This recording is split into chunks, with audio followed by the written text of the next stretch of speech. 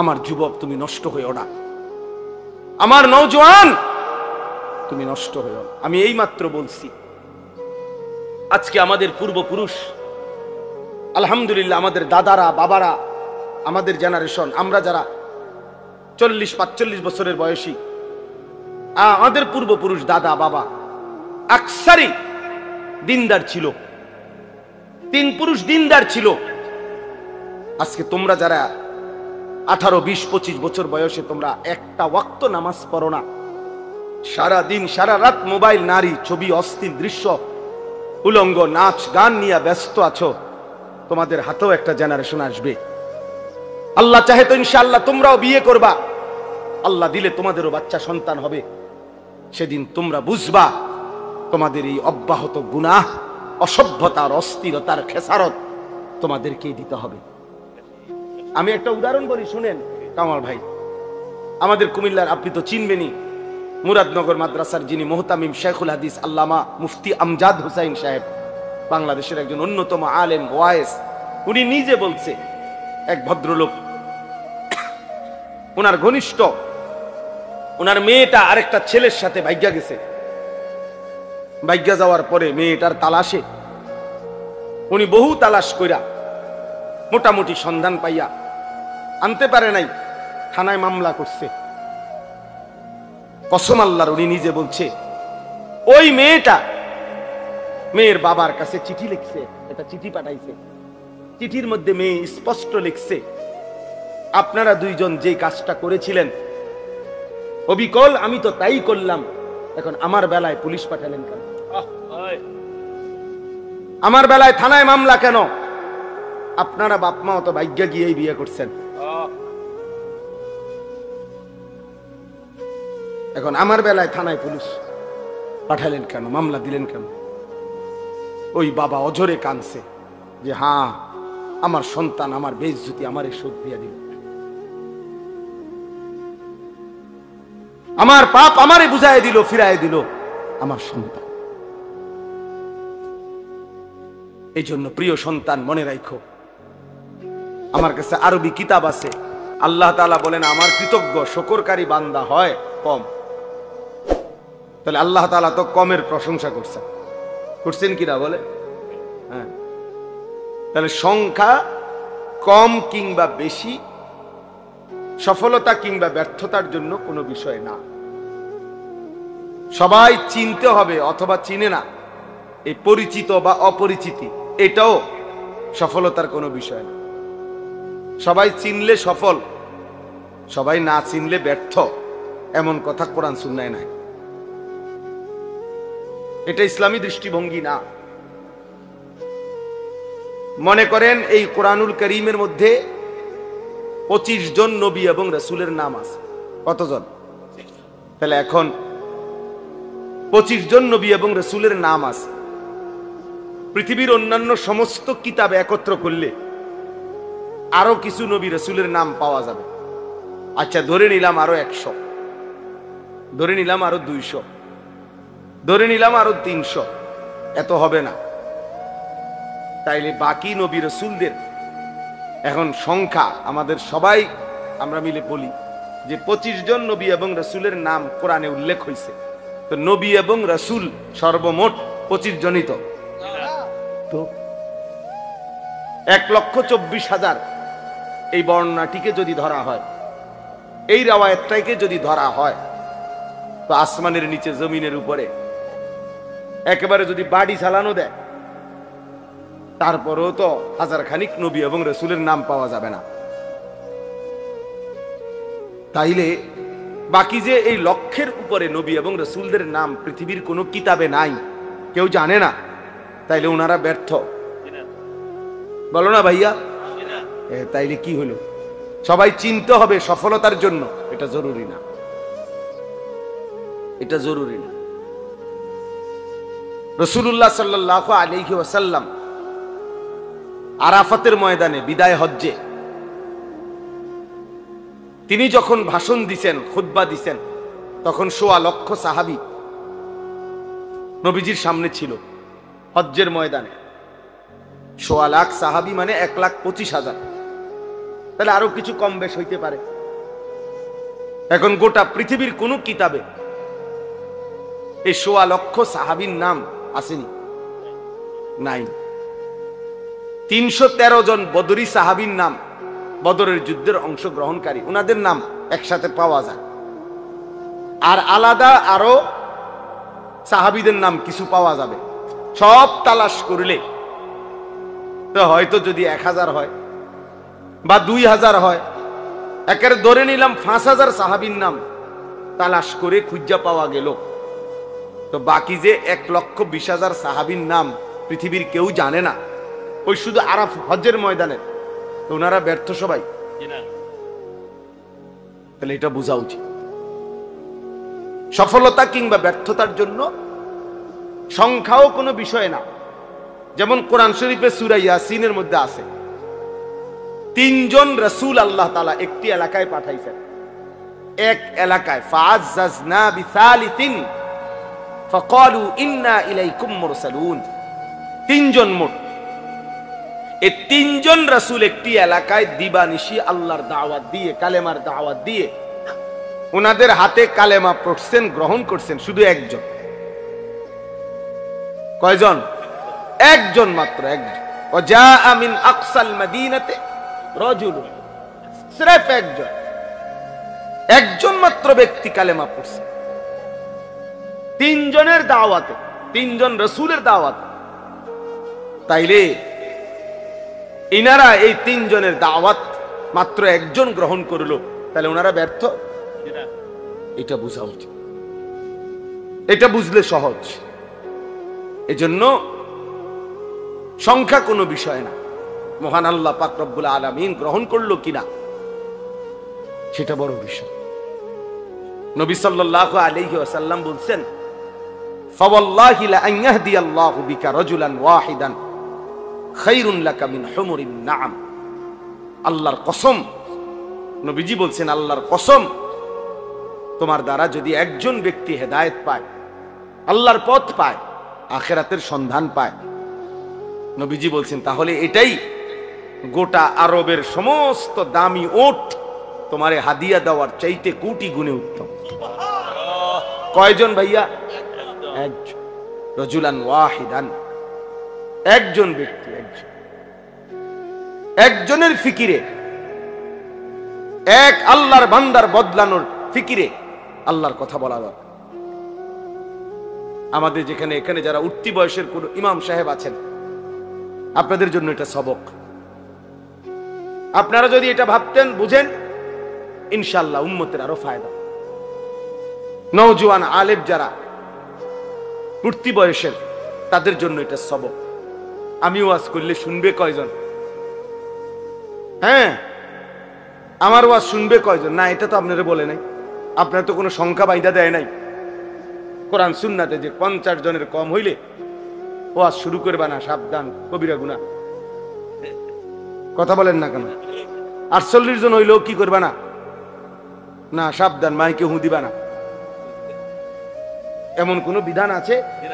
তাইলে আল্লাহর কথা বলতে থাকা, আল্লাহর জন্য বলতে থাকা, অল্প হোক বেশি হোক, সারাক্ষণ উম্মতের ফিকির করা।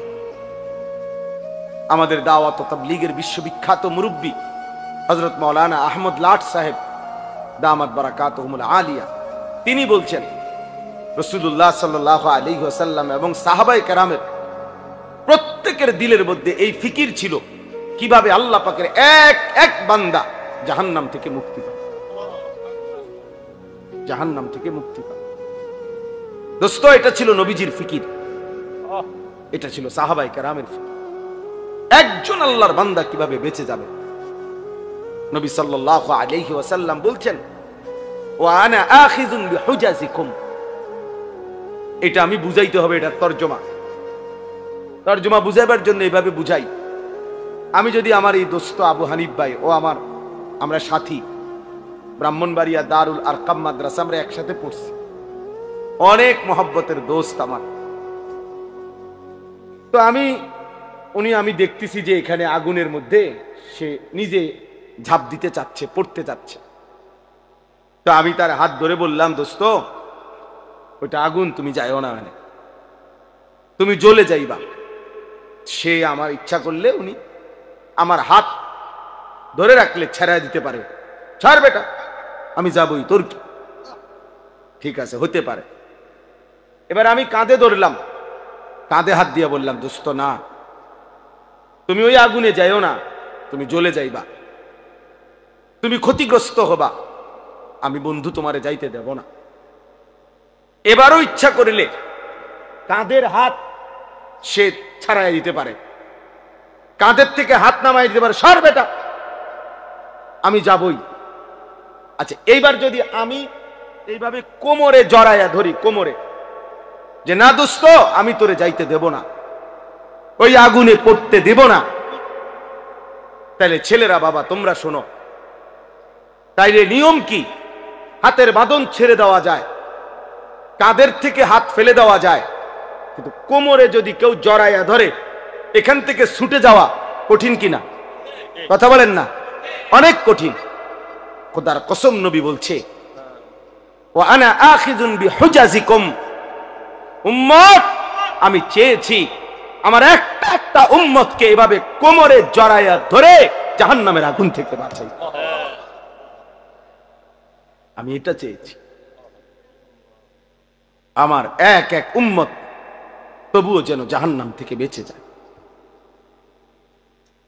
জাহান্নাম থেকে বেঁচে। এজন্য নবী সাল্লাল্লাহু আলাইহি সাল্লাম দুয়ারে দুয়ারে ঘুরছেন, দাঁড়ে দাঁড়ে ঘুরছেন, কালেমার ফেরি করছেন, কালেমার ফেরি করছেন, কখনো উপরে কখনো নিচে, কখনো হাটে ঘাটে মাঠে বাজারে মেলায় তাবুতে তাবুতে,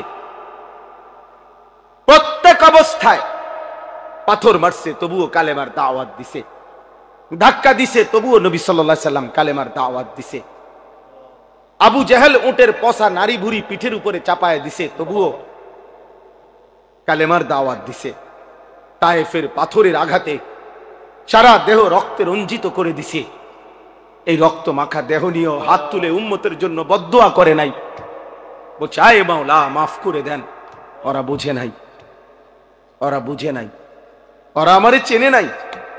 আল্লাহুম্মা গফির লিকওমি ফাইন্নাহুম লা ইয়ালামুন, আল্লাহ আমার জাতিকে মাফ করে দেন। ওরা বুঝে নাই, ওরা চিনে নাই, ওরা চিনতে পারে নাই। এইভাবে দোস্ত ছেলেরা বাবারা, নবী সাল্লাল্লাহু আলাইহি ওয়াসাল্লাম চেষ্টা করছেন। তারিখে ইবনে খাল্লিকানের মধ্যে আছে, আরবি কিতাব, নবী সাল্লাল্লাহু আলাইহি ওয়াসাল্লাম আবু জেহেলের কাছে 4000 বার কালেমার দাওয়াত দিয়েছে। 4000 বার শুধু আবু জেহেলকে কালেমার দাওয়াত দিয়েছে। এক ফিকির ছিল, কিভাবে আমার একটা উম্মত বাইচা যাবে, কিভাবে আমার একটা উম্মত জাহান্নাম থেকে বাঁচবে, আল্লাহকে পেয়ে যাবে। একজনের ফিকির করছে, 10 জনের ফিকিরও করছে, কখনো একজনের কাছে, কখনো 10 জনের কাছে, আবার কখনো 1.25 লক্ষ সাহাবীর সামনেও নবীজি কথা বলছে, কথা বলছেন। কবি আরশ पर कभी फरश पर, कभी उनके दर कभी दर बदर, गमे आशिकी तेरा शुक्रिया मैं कहां कहां से गुजर गया, कभी हो रास्तू में तन्हा कभी हो गुरूदे सहरा, मैं जुनू का हम सफर हो मेरा कोई घर नहीं है। रसूलुल्लाह सल्लल्लाहु अलैहि वसल्लम যেন বলতেন এটা, মেরা কোই ঘর নেই হ্যাঁ, আমার কোনো ঘর নাই, উম্মতের দুয়ারই আমার ঘর, উম্মতের দুয়ারই আমার ঘর। কবি হো রাস্তু মে তন্হা, কখনো রাস্তায় আমি একাকী ঘুরছি, আল্লাহর কথা ফেরি করছি, কখনো শূন্য মরুভূমিতে একাই হাঁটছি, উম্মতের জন্যই চোখের পানি ফেলছি, চোখের পানি ফেলছি। এই জন্য ভাইয়া, এই আজকের এই মাহফিলের ইন্তজাম যারা করছেন, আমার প্রথম কথা এটা, এই ফিকির কলিজার মধ্যে থাকতে হবে আমাদের। মুসলমানের এই নওজোয়ান, এরা নামাজ পড়বে শতভাগ কোন দিন? আমাদের এই যে ভরপুর ছেলে, আলহামদুলিল্লাহ এখন রাত 12:09 বাজে। রাত গভীরে যারা আল্লাহর কথা শুনতে বসছে,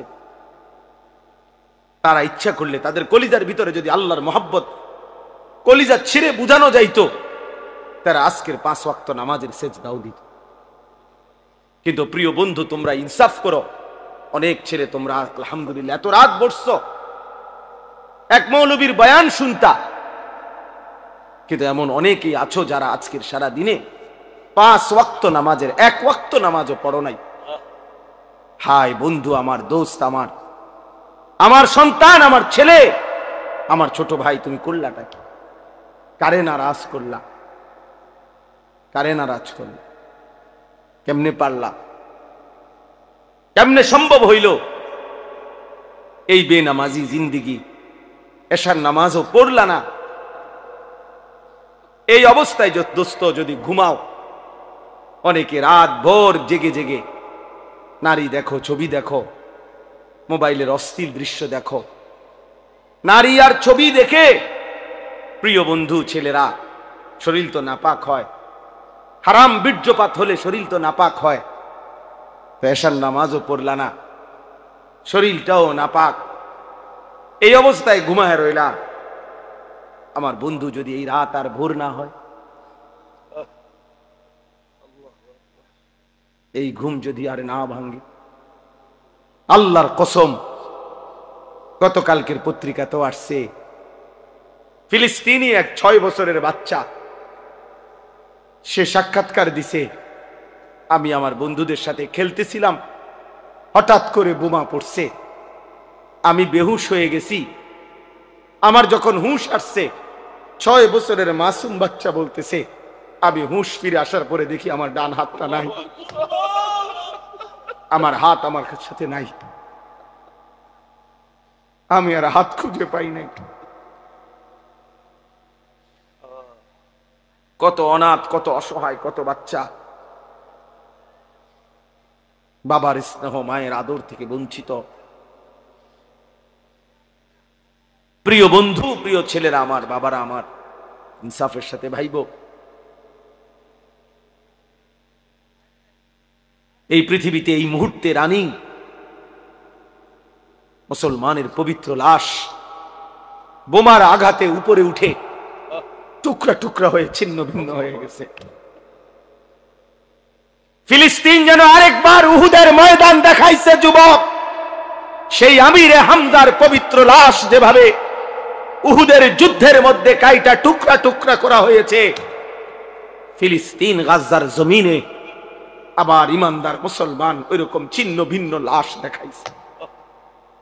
এমন দুর্বিষহ মুসলমানের যখন হালাত, মা যখন কাঁদে, শিশু যখন কাঁদে, রক্তের উপরে যখন ইমানদার গড়াগড়ি খায়, এই যুবক, এই অবস্থায় তুমি উলঙ্গ ছবি দেখো, মোবাইল দেখো, নাচ দেখো, একটা সেজদা দাও না, এটা ইনসাফ না যুবক। এটা মুসলমানের বাচ্চা হইতে পারে না, এটা ইমানদারের সন্তান হইতে পারে না। বেটা তুই, বেটা তুই কোন মানুষের বাচ্চা না। বেটা তোর ভিতরে কোন ইনসানিয়ত বলতে, মনুষ্যত্ব বলতে বলতে কিচ্ছু নাই। বেটা তোর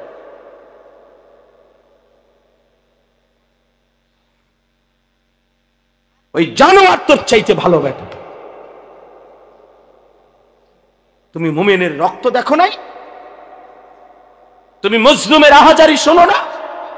ওমা লাকুম লা তুকাতিলুনা ফি সাবিলিল্লাহ ওয়াল মুস্তাদাফিনা মিনার রিজালি ওয়ান নিসাই ওয়াল বিলদান আল্লাযীনা ইয়াকুলুনা রাব্বানা আখরিজনা মিন হাযিহিল ক্বরিয়াতিয যালিমি আহলুহা। আল্লাহ বলে, তোমাদের কি হলো? তোমরা কেন আল্লাহর রাস্তায় জীবন দিচ্ছ না, জিহাদ করছো না? অথচ দুর্বল পুরুষ, শিশু, বৃদ্ধা, নারী, বাচ্চা চিৎকার করে বলছে আর আল্লাহকে ডাকছে, মাওলা জালেমের এই জমিন থেকে আমাদেরকে রক্ষা করো মাওলা। ফিলিস্তিনি মা আহাজারি করছে, বোন আহাজারি করছে, ছেলে আহাজারি করছে, 6 বছরের মাসুম বাচ্চাও কাঁদতেছে। কোন কান্না, কোন চোখের পানি, কোন রক্ত, শহীদের কোনো লাশ তোমাদের যাদের কলিজার মধ্যে একটু বিবেক নাড়াইল না, তোমরা কেমন মানুষ বলো ভাই? ইনসাফ করো, ইনসাফ করো, রহম করো দোস্ত, রহম করো। ছেলেরা এত অসভ্যতা মানা। এই ছেলে নামো, নামো এখান থেকে বেটা, ফালতু কোথাকার বেটা।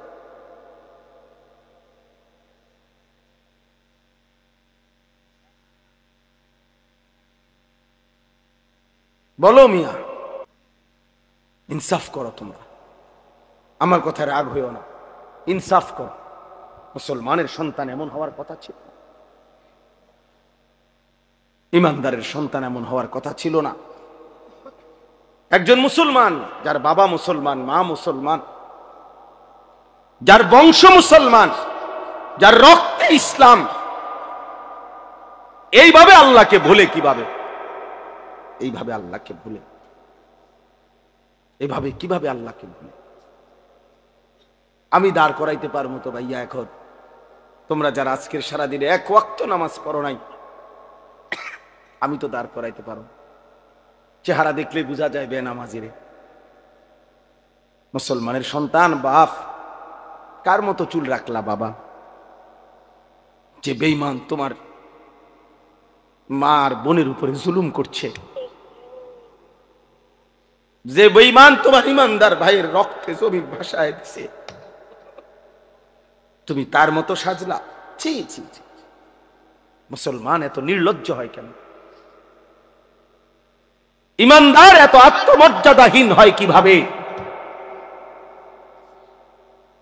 মনে রাখেন সবাই, এবার বলি, বিজয় ফিলিস্তিনেরই হবে।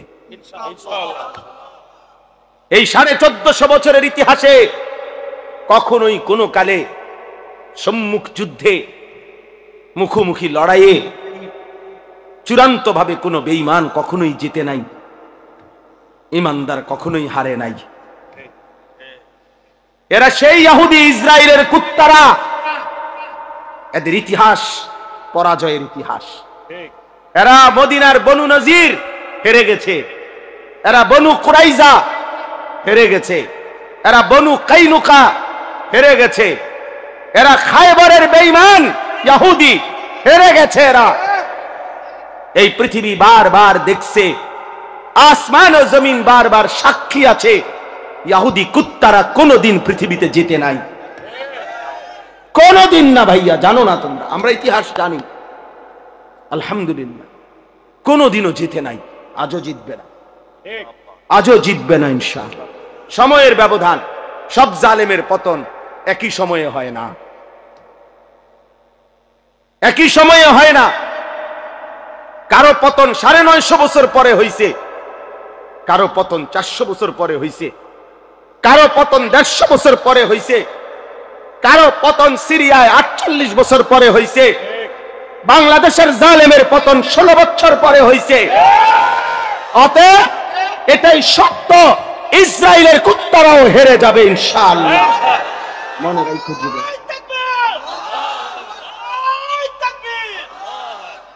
এতে কোনো সন্দেহ নাই, এতে কোনো সন্দেহ নাই। কিন্তু দেখার বিষয় হলো আল্লাহ তাআলা ঈমানের বিজয় দিবে, ঈমানের বিজয় দিবে। ফিলিস্তিন হারে নাই, মাটির নিচে হাজার হাজার মুজাহিদ অক্ষত আছে, মুজাহিদ জেগে আছে, ঈমানদার জেগে আছে। অতএব যুদ্ধের চূড়ান্ত ফয়সালা মুমিনের বিজয়, ফিলিস্তিনের বিজয়। কিন্তু দেখার বিষয় হলো আল্লাহর দ্বীনের জন্য তুমি কাজে লাগলা কিনা। বিজয় আল্লাহ করাবেনি, বিজয় হবেই হবে, কোনো সন্দেহ নাই ইনশাআল্লাহ। তো তুমি ইসলামের জন্য কাজে লাগলা কিনা? আমার যুবক, তুমি নষ্ট হইও না, আমার নওজোয়ান তুমি নষ্ট হইও না। আমি এইমাত্র বলছি, আজকে আমাদের পূর্বপুরুষ, আলহামদুলিল্লাহ, আমাদের দাদারা, বাবারা, আমাদের জেনারেশন, আমরা যারা 40-45 বছরের বয়সী, আমাদের পূর্বপুরুষ, দাদা, বাবা আকসারই দিনদার ছিল, তিন পুরুষ দিনদার ছিল। আজকে তোমরা যারা 18, 20, 25 বছর বয়সে তোমরা একটা ওয়াক্ত নামাজ পড়ো না, সারা দিন সারা রাত মোবাইল, নারী, ছবি, অশ্লীল দৃশ্য, উলঙ্গ নাচ গান নিয়ে ব্যস্ত আছো, তোমাদের হাতেও একটা জেনারেশন আসবে। আল্লাহ চাহে তো ইনশাআল্লাহ তোমরাও বিয়ে করবা, আল্লাহ দিলে তোমাদেরও বাচ্চা সন্তান হবে। সেদিন তোমরা বুঝবা তোমাদের এই অব্যাহত গুনাহ, অসভ্যতার, অস্থিরতার খেসারত তোমাদেরকেই দিতে হবে। আমি একটা উদাহরণ বলি, শুনেন কামাল ভাই। আমাদের কুমিল্লার, আপনি তো চিনবেনই, মুরাদনগর মাদ্রাসার যিনি মুহতামিম শেখুল হাদিস আল্লামা মুফতি আমজাদ হুসাইন সাহেব, বাংলাদেশের একজন অন্যতম আলেম ওয়ায়েস, উনি নিজে বলছে, এক ভদ্রলোক, ওনার ঘনিষ্ঠ, ওনার মেয়েটা আরেকটা ছেলের সাথে ভাগ্যা গেছে। ভাগ্যা যাওয়ার পরে মেয়েটার তালাশে উনি বহু তালাশ কইরা মোটামুটি সন্ধান পাইয়া আনতে পারে নাই, থানায় মামলা করছে। কসম আল্লাহর, উনি নিজে বলছে ওই মেয়েটা মেয়ের বাবার কাছে চিঠি লিখছে, এটা চিঠি পাঠাইছে। চিঠির মধ্যে মেয়ে স্পষ্ট লিখছে, আপনারা দুইজন যে কাজটা করেছিলেন অবিকল আমি তো তাই করলাম, এখন আমার বেলায় পুলিশ পাঠালেন কেন? আমার বেলায় থানায় মামলা কেন? আপনারা বাপ মাও তো ভাগ্য গিয়েই বিয়ে করছেন, এখন আমার বেলায় থানায় পুলিশ পাঠালেন কেন, মামলা দিলেন কেন? ওই বাবা অঝরে কাঁদছে যে হ্যাঁ, আমার সন্তান আমার বেইজ্জতি আমারে শোধ দিয়ে দিল, আমার পাপ আমারে বুঝায় দিল, ফিরায় দিল আমার সন্তান। এই জন্য প্রিয় সন্তান, মনে রাখো, আমার কাছে আরবি কিতাব আছে, ইমাম ইবনে রাহমাতুল্লাহ আলাইহির কিতাব আদ-দা ওয়াদ-দাওয়া কিতাবের নাম। এই কিতাব রোগ এবং তার ঔষধ, গুনাহের ব্যাপারে, অনেক গুনার ব্যাপারে উনি আলোচনা করছেন। তো ওইখানে জিনা, ব্যভিচার, নারীর সাথে অসভ্যতা, অশ্লীলতার ব্যাপারে যে আলোচনা করছেন, ওইখানে একটা বাণী আছে, আমি দাগ দিয়ে রাখছি। ইমাম শাফিঈ রাহমাতুল্লাহি আলাইহি বলছে, বিশ্ববিখ্যাত ইমাম, 4 মাযহাবের একজন ইমাম, হানাফি শাফিঈ আমরা বলি না, এই ইমাম শাফিঈ রাহমাতুল্লাহ আলাইহির একটা বাণী, উনি বলছেন আয-জিনা কারজুন। ইমাম শাফিঈ রাহমাতুল্লাহ আলাইহি বলছে, যুবক ছেলেরা বাবা শোনো, উনি বলছে জিনা এবং ব্যভিচার এটা করজ, এটা ঋণ। ঋণ যেমন সুদ দিতে হয়, তোমার এই অসভ্যতা, ব্যভিচার তোমার ফ্যামিলির কাউকে না কাউকে দিয়ে সুদ দিতে হবে। আল্লাহর কসম, তোমার যদি বিশ্বাস না হয়, এই কিতাব আমি দেখাবো, এবং এই কিতাবের বাংলা অনুবাদও আছে। তোমারে সুদ দিতে হবে। যদি তওবা না করে ফিরে না আসে, আর আল্লাহ যদি মাফ না করে, তাহলে এটা কি দিতে হবে? সুদ।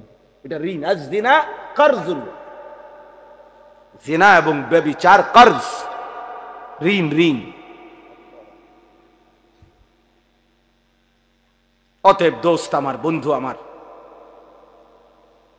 প্রিয় সাথী আমার, মজলুমের দিকে আরেকবার তাকাও, ইমানদারের খণ্ড বিখণ্ড লাশের দিকে আবার তাকাও, গাজা ফিলিস্তিনের মজলুম মার দিকে আবার তাকাও, আরেকবার নিজের দিকে তাকাও। এমন মুহূর্তে একজন মুসলমান সন্তান এমন করা, নামাজ নাই, সেজদা নাই, আল্লাহ নাই, রসুল নাই, এগুলো কার মতো তোমরা চুল রাখলা? কারে তোমাদের প্রিয় মানাইরা? কার লেবাস, কার পোশাক তোমাদের পছন্দ হইল? দোস্ত আমার, কোন খেলোয়াড়ের গেঞ্জি করলা? সে মুসলমান? আর্জেন্টিনার খেলোয়াড় মুসলমান, ব্রাজিলের খেলোয়াড় মুসলমান, তো সে তোমার পছন্দ হলো কেন? মেসি তোমার প্রিয় হবে কেন? এ তো পত্রিকা আসছে, ওর 2টা বাচ্চা হওয়ার পরে, যে মহিলার থেকে 2টা বাচ্চা হয়েছে, তার 9 বছর পরে ওই মহিলারে বিয়ে করছে 2টা বাচ্চা লইয়া। হ্যাঁ, এটা তো আমি নিজ চোখে দেখছি ব্যাপারে। 9 বছরের অবৈধ মেলামেশায় 2টা বাচ্চা হইছে। এরপরে 2 বাচ্চা লইয়া হে ওই মহিলারে বিয়ে করছে। 9 বছর পরে, বাচ্চা হয়েছে আরো 9 বছর আগে। এত বড় অসভ্য কোন মুসলমানের সন্তানের মডেল হইতে পারে? তো তোমার চুল তার মতো হবে কেন? সামান্য বিবেকও কি থাকবে না মিয়া? বলো। হাইসো না বাপ, হাইসলে মনে রাখো তুমি প্রতিবন্ধী, মূলত তোমার তার সিরা। এই জন্য কোনো কথাই তোমার উপরে আসর করে না, কারণ মাতাল এমনই হয়। যার তার সিরা পাগল, সে সব কথাই হাসে, কারণ তার তো তার সিরা নাই। তো বিবেকের দংশন থাকা উচিত, নাই তো বিবেকের মধ্যে একটু অনুশোচনা আসা উচিত যে আমার কি করণীয় এই মুহূর্তে পৃথিবীতে। 1948 সালে ব্রিটিশ এই ফিলিস্তিন ভূখণ্ডের তাদের অধিকার ছেড়ে দিছিল।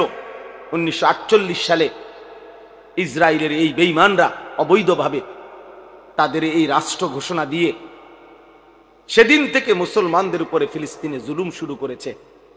আমার ভাই, আজকে 77 বছর। কসম আল্লাহ, তুমি এখন ক্যালকুলেটর লাগাও, 1948 থেকে 2025, 77 বছর এক টানা মজলুম ফিলিস্তিনি রক্ত দিচ্ছে, জীবন দিচ্ছে। 1947 ইংরেজিতে ব্রিটিশ যখন এই ভারতীয় উপমহাদেশ থেকে চলে যায়, তখন র্যাডক্লিফ ব্রিটিশ একজন গবেষক, সে এই দেশ মানে এই ভারতের হিন্দুস্তানের মানচিত্র আঁকা দিছিল। এক অংশে হিন্দুস্তান, এক অংশে পাকিস্তান, কিন্তু কাশ্মীর সংখ্যাগরিষ্ঠ মুসলমানের একটা এলাকা, ওইটার কোনো সমাধান দিয়া যায় নাই তারা, এটা কোন অংশে। এই 47-এর পর থেকে আজকে 78 বছর এক টানা